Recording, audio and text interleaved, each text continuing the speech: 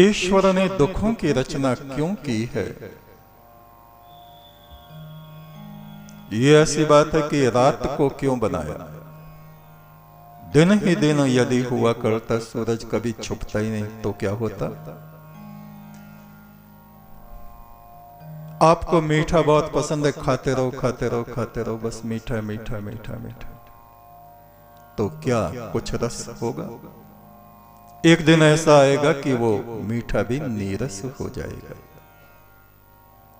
दुख को परमात्मा ने इसलिए बनाया कि दुखों में हमारी आत्मा की चमक बढ़ जाती है। दुखों में अपने और पराये का मनुष्य को ज्ञान हो जाता है। दुख और संघर्षों में आगे बढ़ता हुआ मनुष्य स्वर्ण की तरह चमकता है, और सुखों में पला हुआ व्यक्ति आलसी होकर, बीमार होकर, अंत में रोता पछताता हुआ संसार से विदा होता है। पुरुषार्थ ही जगत में श्रेष्ठ है। संघर्ष के बिना अपने जीवन में कोई महान नहीं बन सकता। हथौड़े और छेनी की चोट खाए बिना कोई पत्थर देवता और भगवान की मूर्ति में परिवर्तित नहीं हो सकता। इसलिए परमात्मा ने दुखों को बनाया कि वो हमारे जीवन को अच्छी तरह से चमका सके, घड़ सके, हमें शोभायमान बना सके। दूसरा प्रश्न है,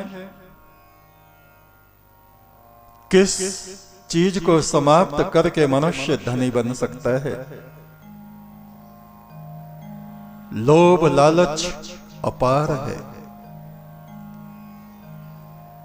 मनुष्य को कितनी भी धन संपदा मिल जाए, उसकी तृष्णा कभी पूरी नहीं होती। जिनको कुछ नहीं चाहिए वो शाहन के शाह। जो अपने मन के लोभ लालच को त्याग देते हैं वे ही जगत में महान धनवान हैं, चाहे उनके पास में एक भी फूटी कौड़ी न हो।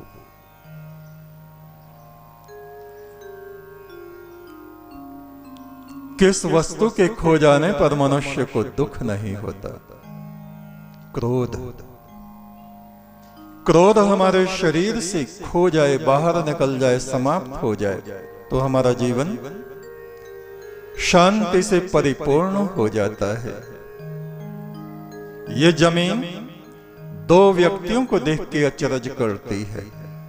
एक तो वो जो नर्म गद्दों पर, बिस्तर पर पड़ा रहता है, कुछ करना नहीं चाहता। वो उसको कहती है, ए कमबख्त, इस स्वर्ण जैसी देह को, शरीर को जंग न लगा।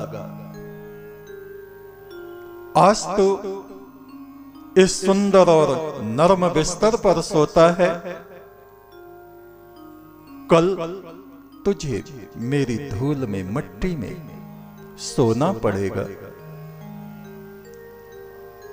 और दूसरे उस आदमी को देख के ये पृथ्वी अचरज करती है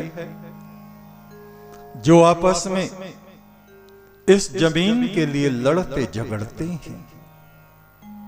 इतनी जमीन तेरी है, इतनी मेरी है, सिर फुटव्वल करते हैं। वो कहते हैं बड़े बड़े सुल्तान आए और उन्होंने मेरा मेरा मेरा कहा और मैंने उन सबको निगल लिया। मैं पृथ्वी, मैं जमीन किसी की नहीं।